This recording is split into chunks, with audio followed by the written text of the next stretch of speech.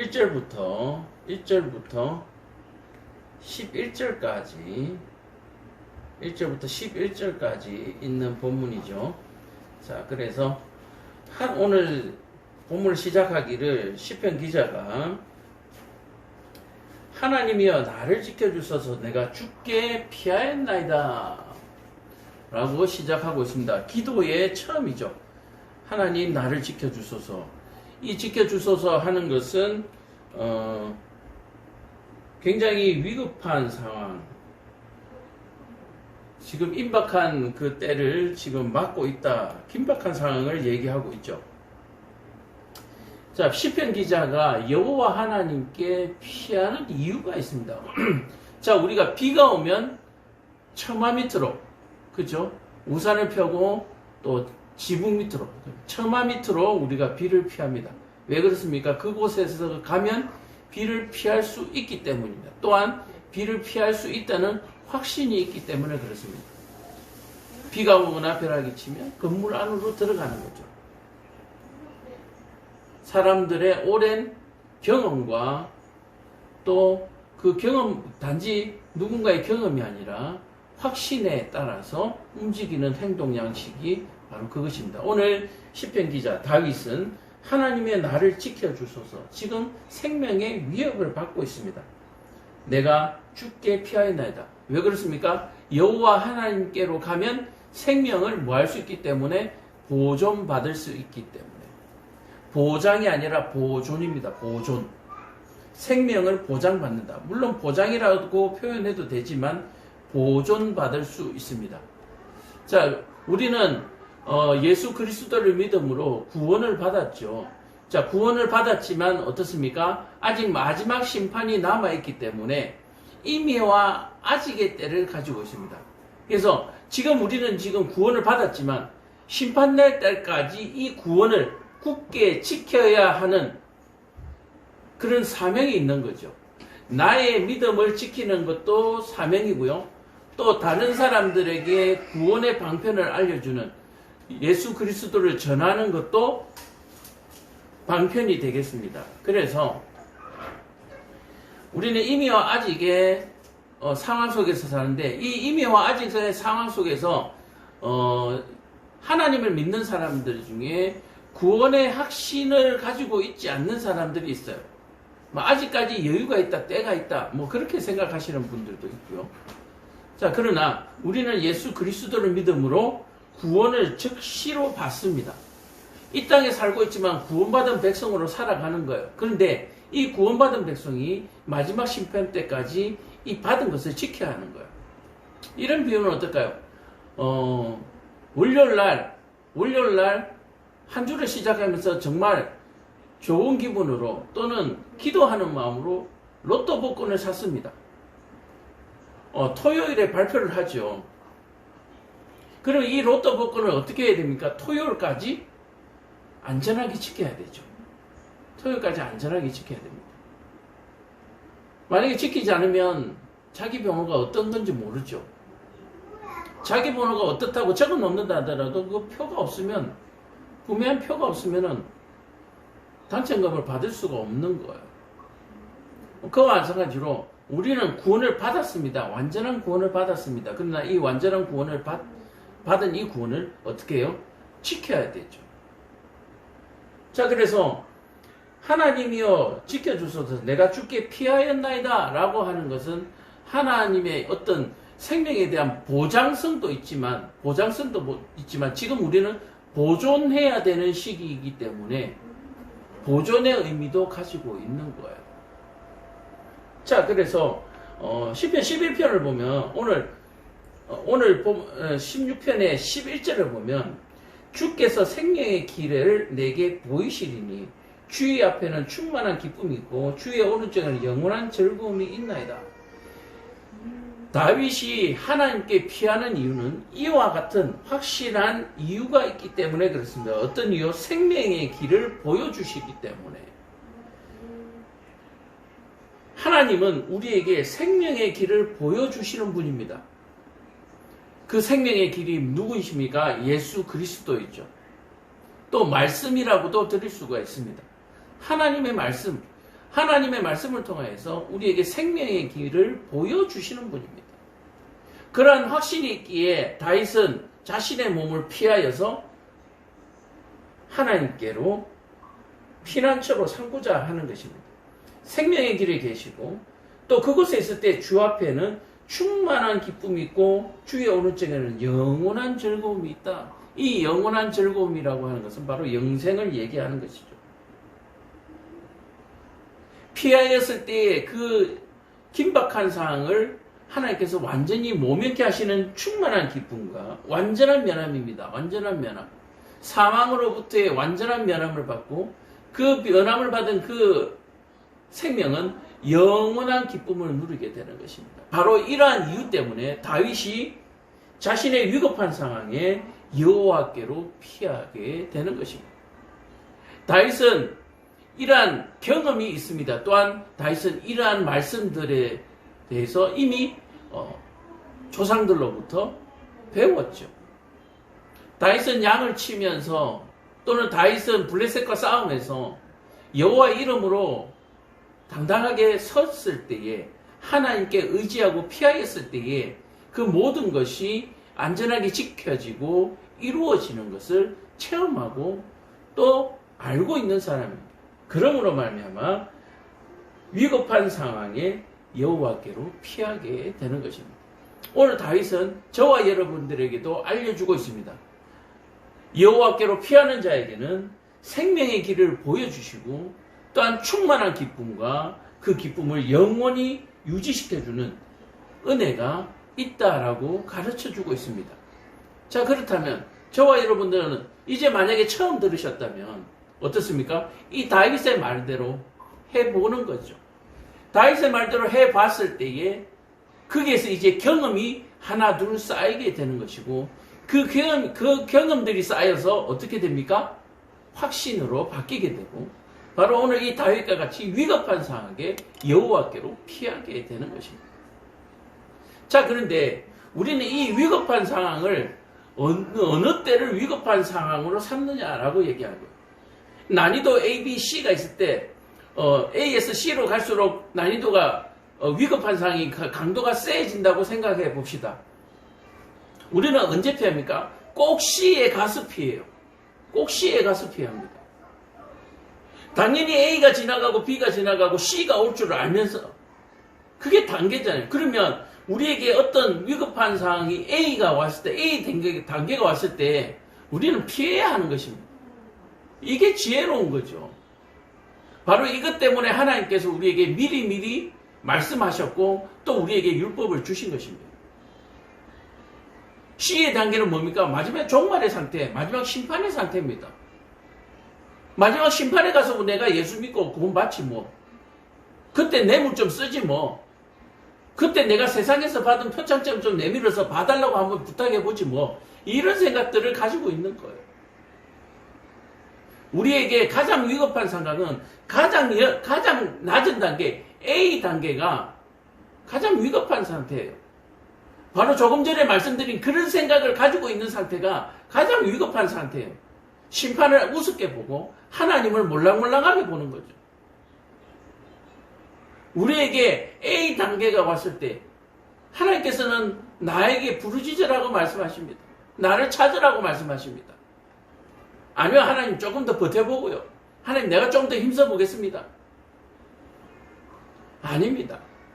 우리는 하나님 앞에 어린아이와 같은 존재이고 우리가 가지고 있는 지식이나 힘들은 일천한 것입니다. 아주 빈약한 것이고 아예 먼지처럼 없는 상태입니다. 오늘 저와 여러분들이 다윗처럼 피할 때에 그 단계가 낮은 단계에서 하나님께 피할 수 있는 저와 여러분 되기를 간절히 축원합니다. 그러니까 뭡니까? 거리에서 전도할 때 이렇게 복음을 전할 때 그냥 받아들이는 것이 가장 지혜롭고 일생이 때에 가장 잘하는 일 중에 하나가 되는 것입니다.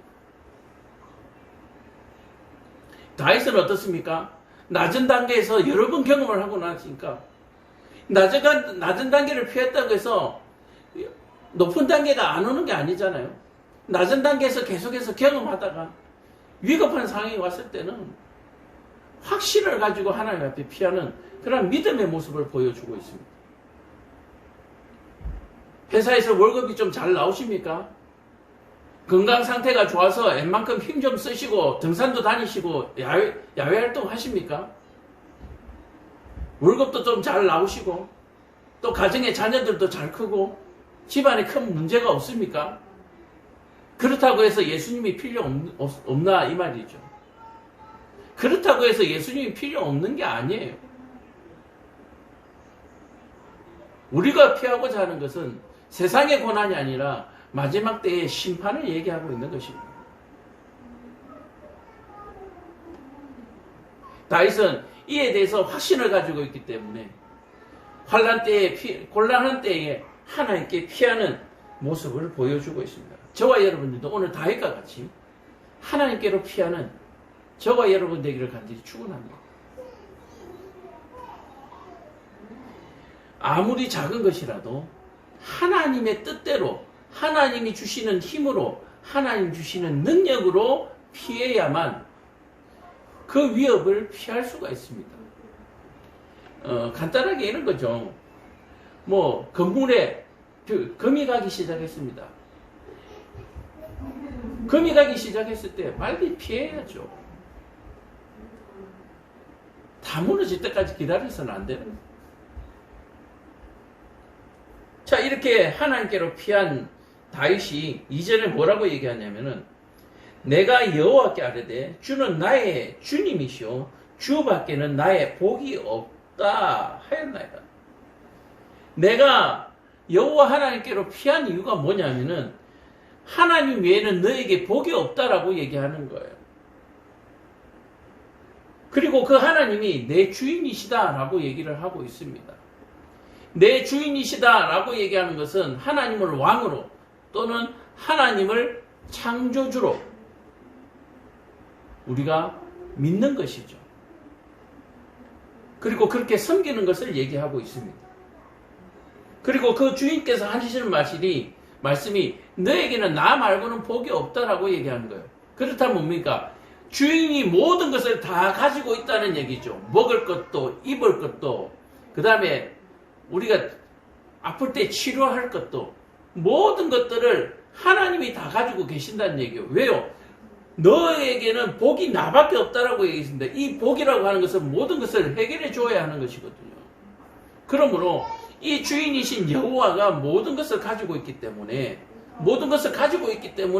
내가 복이다라고 얘기해요. 만약에 다윗에게 다른 것을 가지고 있다라고 하면 내가 온전히 내가 복이다라고 말할 수가 없습니다. 나는 이 부분에 대해서는 너에게 해결해 줄 수 있다. 그렇죠? 여호와 하나님께서 전쟁에 능하신 분이다. 그래서 여호와 하나님께서는 복이다라고 얘기할 때 전쟁 중에 너를 살릴 수가 있다. 그렇다면 가뭄이나 또는 천재지변이 일어날 때는 어떻게 하겠습니까? 아니잖아요. 내가 복이다라고 하는 것은 내가 다 가지고 있다는 거예요. 내가 다 가지고 있다는 거예요. 여호와 하나님은 다 가지고 계시다. 다시 말해서 주인이시고 왕이시고 전지전능하신 창조주다라고 얘기를 하고 있는 겁니다. 바로 그것을 하나님께서 뭐라고요? 다윗에게 말씀하셨나이다. 내가 그것을 뭐하고 있기 때문에 믿기 때문에 내가 피하였다.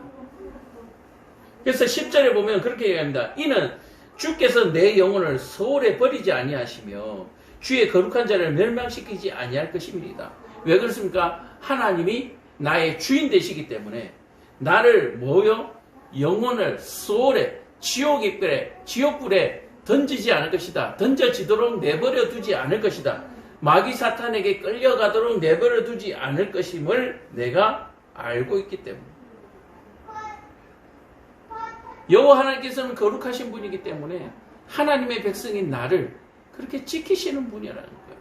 그게 복이라고 하는 것입니다. 여호와 하나님께서 복이다라고 얘기하는 것은 우리를 소홀에 떨어지도록 소홀에 빼앗기지 않도록 나를 지키시는 분, 그렇게 얘기하고 있는 거예요. 자, 그렇다면 제가 비유를 할 때 여호와께서는 복이기 때문에 먹을 것, 입을 것, 그 다음에 치료할 것 다 가지고 계신다라고 비유적으로 제가 설명을 드렸지만 우리에게 가장 간절하게 우리에게 절대적으로 필요한 것은 서울에 버려지는 낭패를 당하지 않는 것입니다.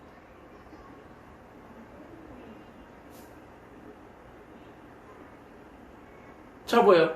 굶어서 죽더라도 서울에 버려지지 아니하고 아파서 죽더라도 서울에 버려지지 아니하고 영원히 그 기쁨을 누리도록 하시겠다라고 얘기를 하는 거예요. 자 그렇다면 우리가 이 땅에서 무엇을 먹을까, 무엇을 입을까, 무엇으로 치료를 할까, 바를까 염려할 것이 아니라 여호와 하나님을 섬김으로 말미암아 내가 서울에 버려지는 것을 면하는 그런 복이 저와 여러분들에게 있어야 한다라고 얘기를 하는 거예요. 그리고 그 나머지 것들은 이미 하나님께서 일반적인 복으로 축복으로 우리에게 다 오픈해 놓으셨어요. 개방해 놓으셨어요. 땀 흘려 수고하면 가을에 거둘 것이 있도록 하나님께서 이미 다 만들어 놓으셨어요. 이거는 구원과 전혀 관계없는 거예요. 믿는 자들이나 믿지 않는 자들이나 땀 흘려 수고하면 성공하도록 이 땅은 이미 만들어져 있습니다. 그러나 그 땀으로 그 노력으로는 소를 벗어날 수가 없는 거예요. 심판을 벗어날 수가 없습니다. 왜 그렇습니까? 우리는 이미 죄의 몸을 가지고 있기 때문에 거룩하지 않기 때문에 그렇습니다. 우리의 몸이 거룩하지 않기 때문에 그래요.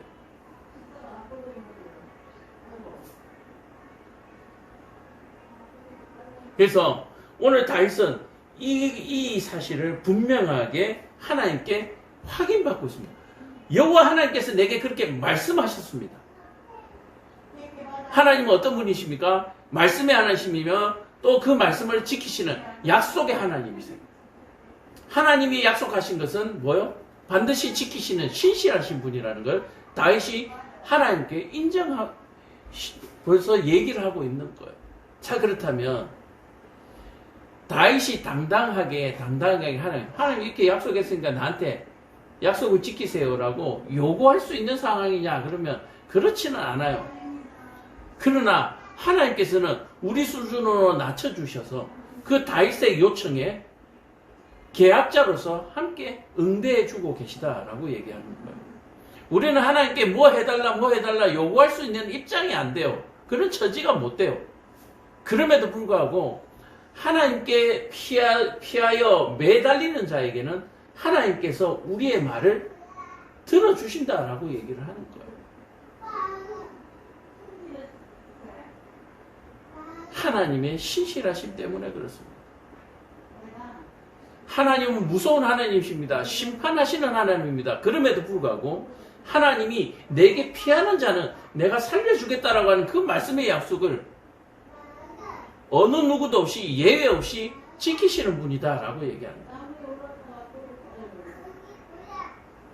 바로 그것을 다윗이 다시 한 번 더 확인하고 있는 거예요. 우리는 스스로 하나님을 찾을 수가 없습니다. 우리는 스스로 하나님께 매달릴 수가 없어요. 우리는 연약하고 우리는 어리석고 무지한데 하나님께서 그렇게 말씀하시는 그 말씀을 붙들고 내가 의지한 겁니다. 하나님께서 나를 믿으라 하셨길래 내가 믿은 거예요. 내가 가서 하나님 나 당신 좀 믿어볼랍니다. 당신 보니까 좀 센 것 같은데 내가 한 믿어볼랍니다. 이렇게 해서 하나님과 구원 계약이 맺어진 게 아니에요. 연약하고 어리석은 우리에게 하나님께서 일방적으로 찾아오셔서 나를 찾는 자는, 나를 부르는 자는, 나를 사랑하는 자는, 나를 경외하는 자는 내가 내 백성으로 삼겠다라고 얘기한 거예요. 그렇게 말씀하신 것을 다윗은 듣고 하나님께 찾아갑니다. 하나님 그때 그렇게 말씀하시는 것을 제가 들었나이다. 내가 그래서 왔습니다. 우리가 상점에 갈 때 뭐를 가지고 가야 합니까? 카드나 현금을 가지고 가야 되는 거죠. 내가 어떤 부동산을 인수받기 위해서는 뭡니까? 계약서를 가지고 가야 되는 거죠. 그런 증거가 있어야 되는 거예요. 증거가.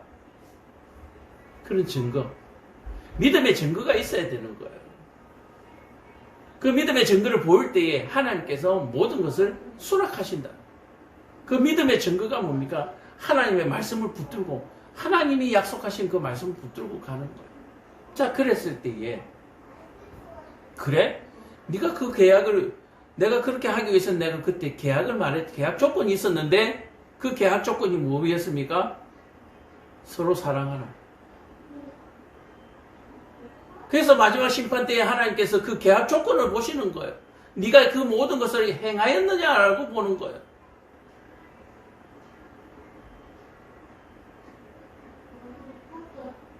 다시 이렇게 주를 찾는 것은 여호와 하나님께서 우리를 스올에서 구출해 내실 것이기 때문이죠. 우리는 이 땅에서 스올과 같은 삶을 살고 있습니다. 이 땅에서 스올과 같은 삶을 살 뿐만 아니라 이 스올과 같은 삶 속에서 예수 그리스도를 만나지 못하면 정말 뜨거운 맛을 우리가 보게 되는 거예요. 오늘 다윗은 그 약속의 증거로 하나님의 말씀을 들고 나갔습니다. 땅에 있는 성도들을 존귀한 자들이니 나의 모든 즐거움이 그들에게 있도다. 여호와 하나님께서는 땅에 있는 하나님의 백성들로 말미암아 즐거워하는데 다윗은 바로 그 즐거움 중에 하나가 되었기 때문에 하나님께서 즐거워하는 존귀한 자로 삼아 주시는 거예요.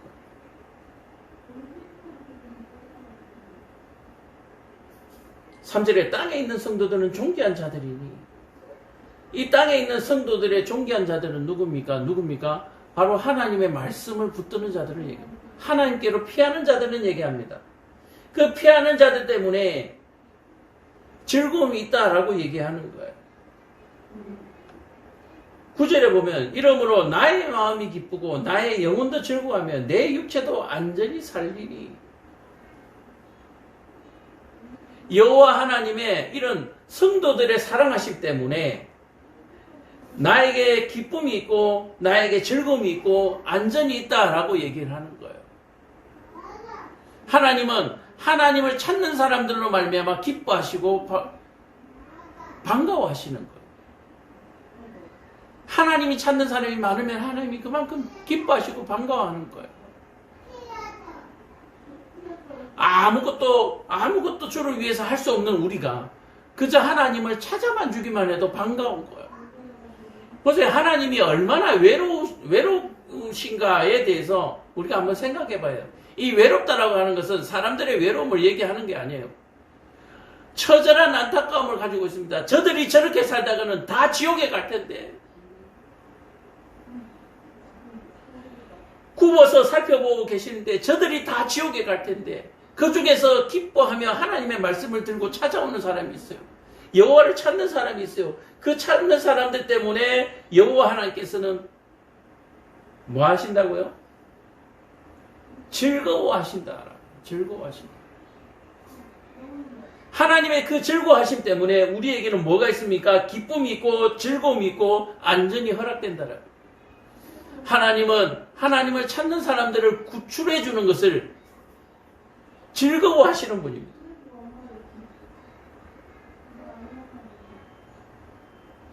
혹시 여러분들이 세상에 살면서 어떤 것으로 즐거움을 가지고 계십니까?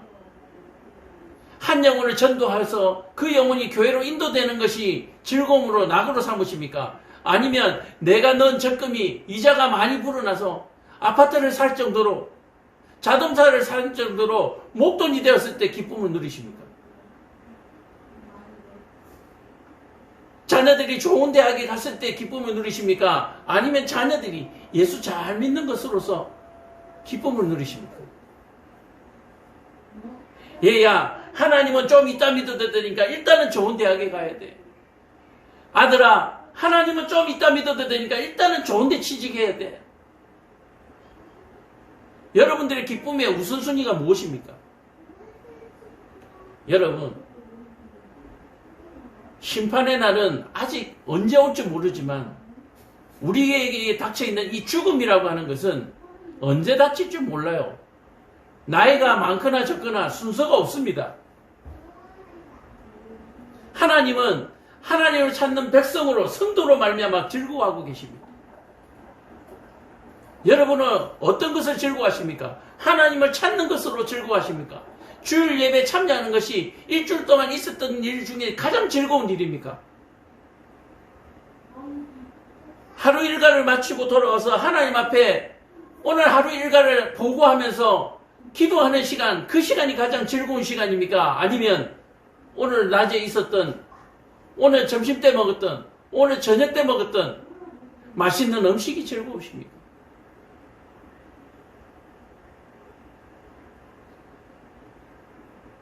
오늘 저녁 일과를 마치고 하나님 앞에 기도할 때 왜 즐거운지 아십니까? 오늘 하나님의 말씀대로 산 하나님의 백성이라는 증거들 때문에 즐겁고, 또 오늘 잘못한 일들을 하나님 앞에 고백하고 회개받음으로 말미암아 그 마음이 정결해짐으로 또 즐겁고, 즐거움이 2배, 3배, 4배 되는 거예요. 근데 오늘 저녁에 불고기를 구워서 소주 한 잔, 진하게 한 잔 마시고 너무 기분 좋아서 즐겁다라고 그렇게 눈을 감고 잠을 청하시는 분들, 과연 그게 즐거우십니까?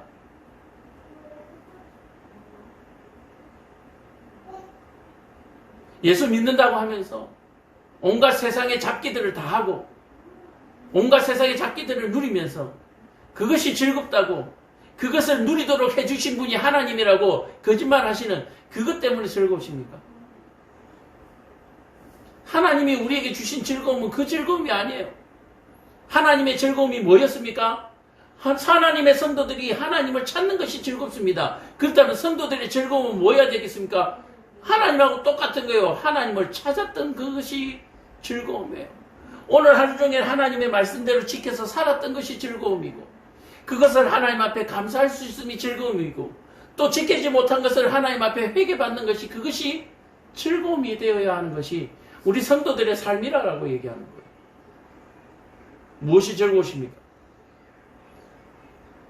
오늘 하루 일과를 마치고 이제 잠자리를 청해야 되는데 즐거움이 하나도 없어요. 그냥 화가 나요. 막 짜증이 나요. 인생이 왜 이러냐고 짜증이 나요. 그것은 성도들의 삶이 아니에요. 왜 짜증이 납니까? 짜증나는 일을, 짜증남으로 말미암아 내 영혼이 지금 죽어가고 있잖아요. 그러면 내 영혼이 빨리 여호와께로 피해야죠. 내 짜증나는 것들을 해결하기 위해서 하나님 앞에 피해서 하나님 앞에 기도해야죠. 짜증을 안고 잠자리에 들어가서 내일 하루를 어떻게 살려고 그러세요? 하나님이 무엇을 즐거워하는지를 우리를 알아야 합니다. 하나님이 즐거워하시는 일을 할 때에 우리에게 그 즐거움이 2배, 3배가 보장되는 거예요.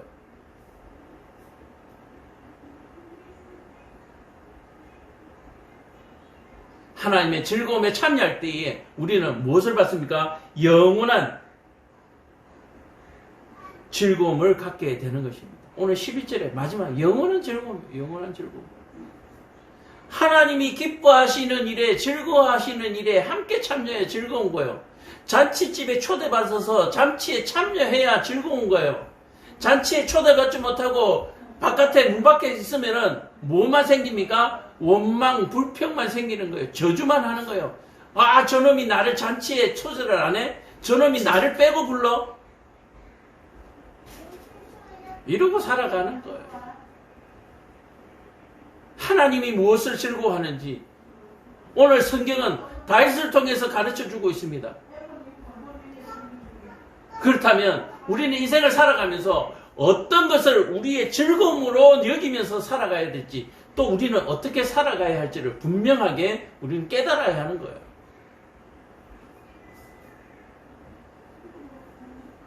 여러분은 하나님을 찾으십니까? 하나님께로 피하십니까? 여러분들은 어떤 것들을 결정할 때에 하나님의 뜻이 어디에 있을지 물어보고 결정하십니까? 하나님이 이거 이렇게 할까요? 저렇게 할까요? 하다못해 커피 한 잔을 사 먹더라도 하나님 이것을 먹는 것이 옳을지 않을지 한번 물어보신 적이 있어요. 이런 것까지도. 제가 간혹 그렇게 얘기하죠. 하나님, 상표 이름을 대면 좀 그렇지만 1,000원짜리 생수가 있고 300원짜리 생수가 있습니다. 비싼 게 좋아 보여요. 비싼 게 좀 더 몸에 좋아 보여요.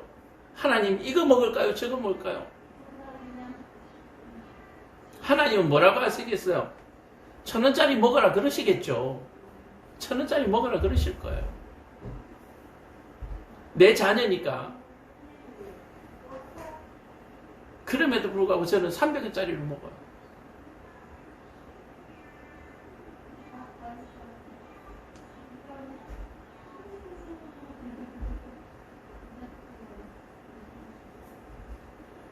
하나의 예입니다. 내가 어떤 일을 결정할 때에, 어떤 것을 결정할 때에 하나님이 주시는 감동대로, 하나님이 주시는 감동대로. 우리가 이성적으로 생각할 때 그렇잖아요. 우리 엄마한테 물었어요. 엄마 이거 먹을까 저거 먹을까? 엄마 당연히 좋은 거 먹으라 그러죠. 제가 학교 다닐 때 그랬습니다. 저희 부모님들은 과자 사 먹으라고 돈을 주시지는 않아요.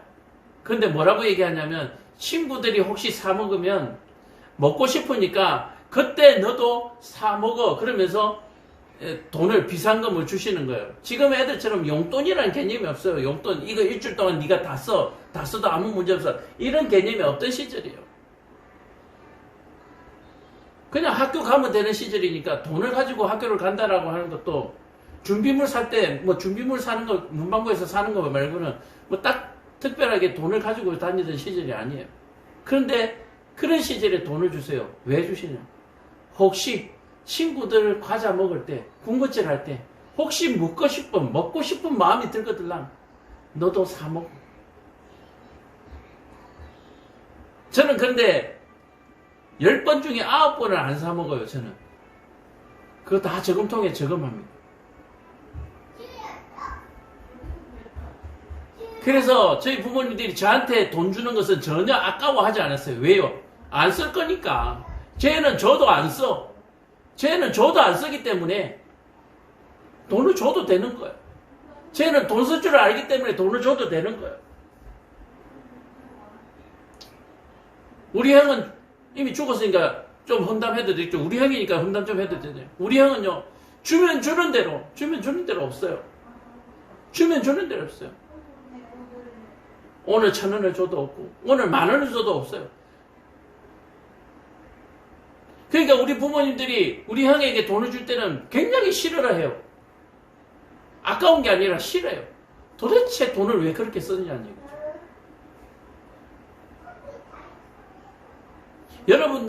여러분들이 부모님들에게 어떤 아들들이고 딸들입니까? 여러분들은 하나님에게 어떤 자녀들입니까? 오늘 다윗은 우리에게 그것을 가르쳐주고 있습니다. 하나님이 무엇을 즐거워하는지, 우리의 부모님들이 무엇을 즐거워하는지를 가르쳐주고 있어요. 그래서 우리의 자녀들이 뭐라고 합니까? 엄마가 야 하나님은 나중에 믿어도 된다라고 하니까 그 말을 그대로 해서 부모님의 마음을 즐겁게 해서 이 아이들이 교회를 안 가는 거예요. 하나님을 안 믿는 거예요. 나중에 시집 장가 가고 나서 믿겠다는 거예요.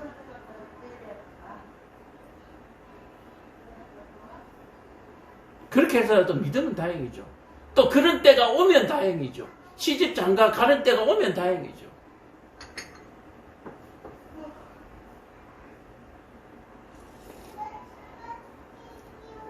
오늘 다윗이 주는 이 메시지, 이 지식을, 지혜를 여러분들이 지키시고 따라 보시기 바랍니다. 다윗은 이미 어린 시절부터 들판에서 양들을 키우면서 들짐승들과 싸우면서 이 모든 것들을 경험하고 체득한 사실을 우리에게 알려주고 있는 것입니다.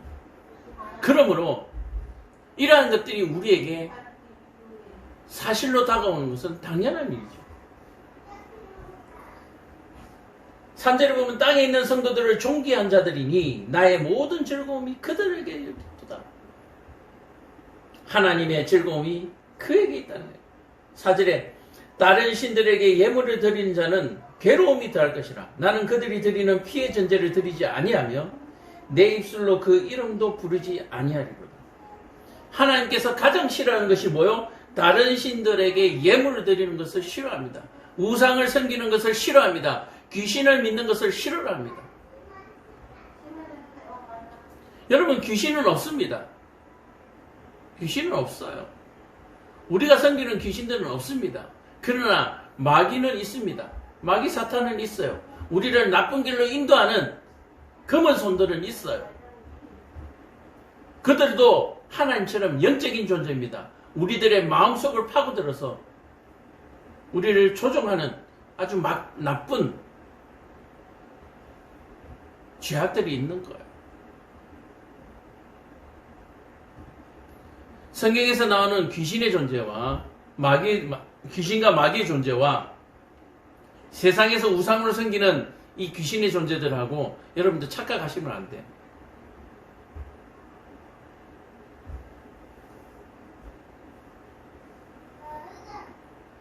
다른 신들에게 예물을 드린 자는 괴로움이 더할 것이다. 괴로움이 더할 것이다.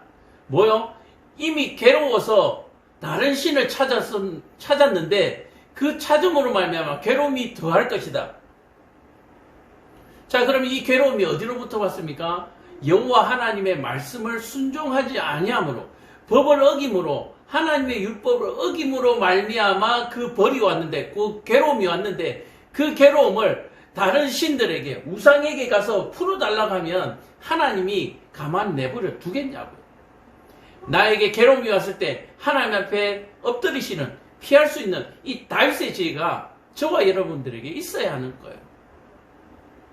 인생이 괴로워요. 힘들어요. 그런데 누구께 피하는 거예요? 누구께 의지하는 거예요? 돈 있는 유력인사들, 힘 있는 사람들을 찾아가십니까? 회장님들을 찾아가세요. 여호와 하나님께 엎드려야 하는 거예요. 여호와 하나님께. 그 괴로움이 어디로부터 왔기 때문에 하나님의 율법을 어김으로, 하나님과 멀어짐으로 그 괴로움이 온 거예요.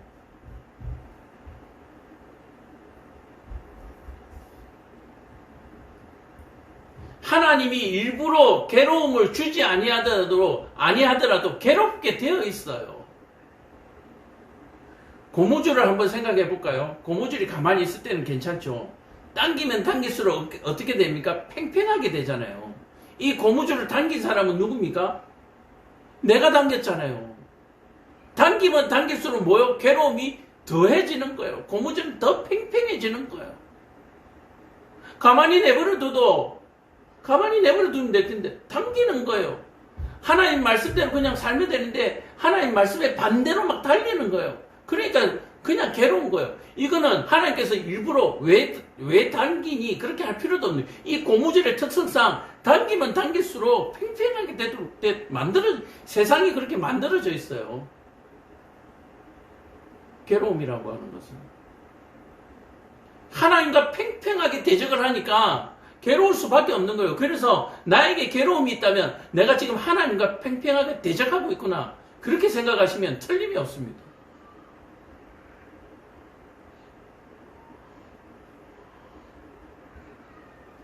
다른 신들에게 예물을 드리는 자는 괴로움이 덜할 것이다. 하나님이 아닌 다른 신들에게로 피하는 자, 원래 이 신들이라는 건 존재하지도 않는데요. 존재하지도 않는 이 허무한 것을 쫓으면 허무해지는 거죠. 허무한 것을 쫓으면 허무해지는 거예요. 오아시스에서 신기루를 보고 흙것을 보고 가면 거기 가면 어떻게 돼요? 말라 죽는 거예요. 거기 가는 동안에 힘 빠져서. 그거는 그냥 이치예요. 하나님께서 일부러 심판하지 않더라도 이미 이 땅이 그렇게 만들어져 있어요. 하나님이 그렇게 만들어 놓으셨다고.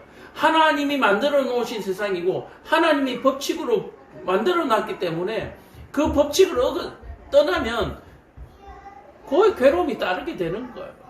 그래서 우리 이 하나님께서 주신 이 성경의 말씀은 하나님의 법칙을 가르쳐 줍니다. 우리의 인생 경로를 알려주세요. 어디로 가야 할지, 어디로 누울지, 무엇을 먹어야 할지, 무엇을 마셔야 할지를 성경은 우리에게 가르쳐 주고 있습니다.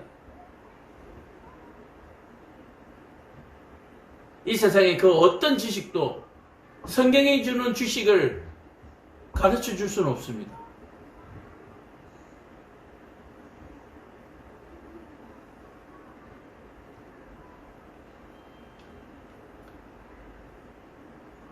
팔절을 보면은 내가 여호와를 항상 내 앞에 모심이요 그가 나의 오른쪽에 계심을 내가 흔들리지 아니할 것이다. 여호와 하나님께서 항상 우리의 오른편에 계시기 때문에 그것을 믿고 붙드는 자에게는 흔들림이 없다라고 얘기하는 거예요. 지난번에 얘기했죠. 복음은 과학이다. 예수는 과학이다. 하나님은 과학이라는 거예요. 흔들리지 않는 편안함이 있어요. 여러분들이 그것을 믿으셔야 하는 거예요.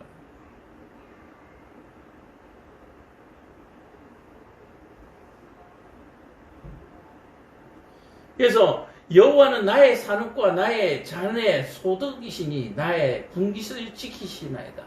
우리에게 하나님이 뭐라고 그랬습니까? 하나님이 우리에게 복은 나밖에 없다라고 말씀하셨어요. 그러므로 이 하나님이 우리에게 무엇입니까? 기업이고 분깃이에요. 하나님이 우리의 재산이 되시는 거예요. 그것을 여러분들이 아셔야 돼요. 나를 훈계하신 여호와, 7절에 보면 나를 훈계하신 여호와를 송축할지라 밤마다 내 양심이 나를 교훈하도다.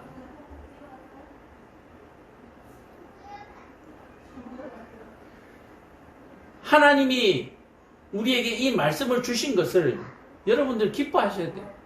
하나님이 우리에게 이 율법을 주신 것을 기뻐해야 돼요. 이 율법으로 말미암아 우리의 양심이 날마다 찔림을 받잖아요. 그 찔림으로 우리가 돌아서게 되는 것입니다. 이 양심이 찔리지 아니하면 이 율법의 찔림을 받지 아니하면 범죄한 상태로 그대로 살아가는 거예요. 하나님이 이와 같이 세상을 다스리시는 이유가 뭐냐면 6절에 나와 있습니다. 내가 줄로 재어서 준 구역은 아름다운 곳에 있으며 나의 계획이 실로 아름답도다. 하나님이 우리에게 줄로 재어서 각자 정확하게 우리에게 아름다운 것을 나누어 주셨는데 이 아름다움이 여호와 하나님의 그 은혜다라고 얘기를 하고 있는 거예요.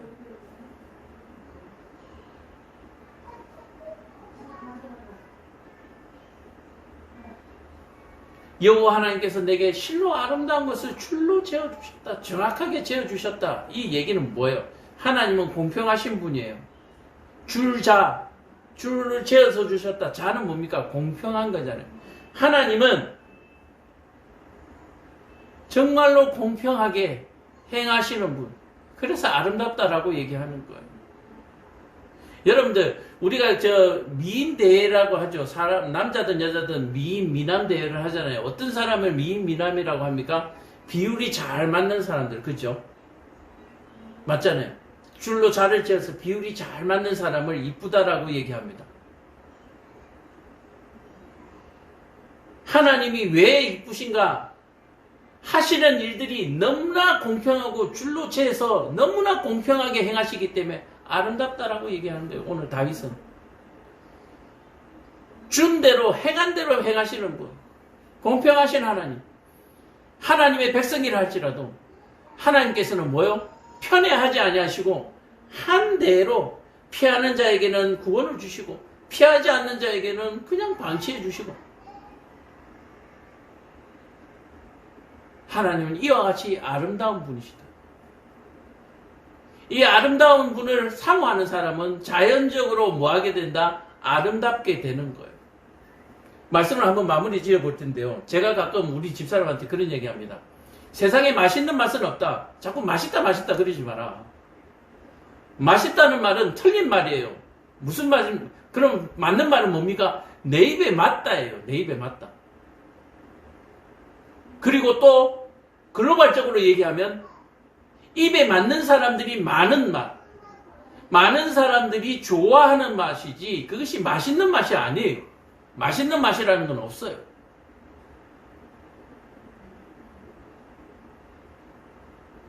여러분들 이것을 분명히 아셔야 돼요. 그렇다면 조금 전에 미인 얘기도 했지만 세상에 미인은 없습니다. 내 눈에 보기에 좋은 사람이 미인이에요. 우리 집사람은 제가 볼 때의 미인이었어요. 내가 보기에 좋은 거예요. 내가 보기에. 20대 때, 30대 때, 40대 때 볼 때마다 그 미의 기준은 달라집니다. 그러나 변하지 않는 미의 기준이 있죠. 아내와 남편. 그 미의 기준은 변화가 없는 거예요.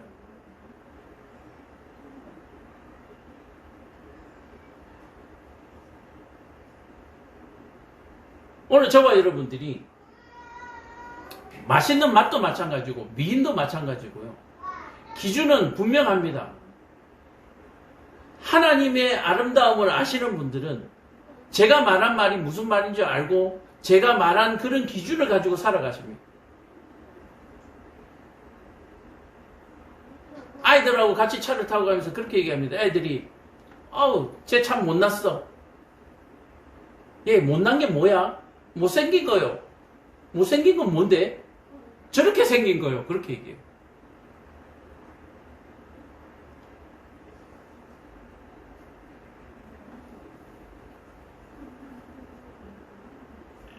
한 아이가 어떤 아이를 김치라고 부릅니다. 쟤 왜 김치야? 김치 장사하냐? 김치 공장하냐? 아니요. 아래 위로 빨간 옷 입고 다녀서 김치라고 해요. 폄하하는 거죠. 제 이름이 뭐냐? 뭐 아무개요. 그럼 걔를 앞으로 그렇게 불러줘. 걔가 김치는 아니잖아. 좋은 이름이 있는데 왜 그렇게 불러? 멋지구만. 여러분들, 이 아름다운 분을 섬기시고 이 아름다운 분의 지혜와 지식을 가지고 살아가면 여러분 차별이 없는 세상이 오는 거예요. 행복한 세상이 돌아오는 거예요.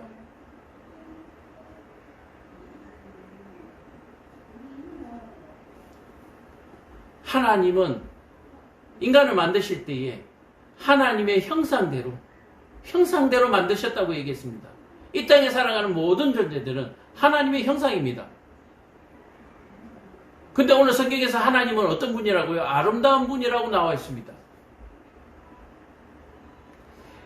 하나님은 완전한 아름다움입니다. 아름답지 않는 구석이 한 군데도 없어요. 우리는 간혹 이랬죠. 얘는 코만 좀, 얘는 눈만 좀 어떠면. 그러면서 성경 수술하잖아요. 하나님은 그런 분이에요. 하나님은 완전한 아름다움이세요. 그러나 완전한 아름다움에 하나님의 형상대로 만들었는데 못생긴 게 나올 수 있어요. 못생겼다는 말은 그 단어 자체가 국어사전에는 나와 있지만 그건 우리가 만든 단어예요. 우리가 만든 단어. 못생긴 게 어디 있어요? 그냥 내가 좋아하지 않는 형이죠. 내가 별로 좋아하지 않는 스타일이야. 내가 좋아하지 않는 스타일이야. 그렇게 표현해줘. 내 스타일 아니야. 그런 말 표현을 하잖아요. 그렇게 쓰시는 거예요.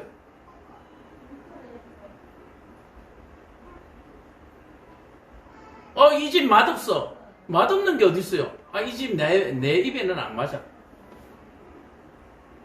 왜 맛없다라고 해서 모든 사람들을 맛없다고 만들어버리는 거죠. 그러니까 맛집이 미어 터지는 거죠. 또 그래가 또 골목골목 찾아다니면서 숨은 맛집이라고 또 찾아내고 그거나 뭐 별다른 게 있어요. 똑같지. 여러분들의 기준을 여호와 하나님께 기준을 두면 인생이 고상해집니다. 인생이 밝아져요. 오늘 다윗을 통해서 하나님의 아름다움을 발견하시고 하나님을 배울 수 있는 저와 여러분들에게 간절히 축원합니다. 기도하겠습니다. 좋으신 아버지 하나님, 우리가 주일 예배 때마다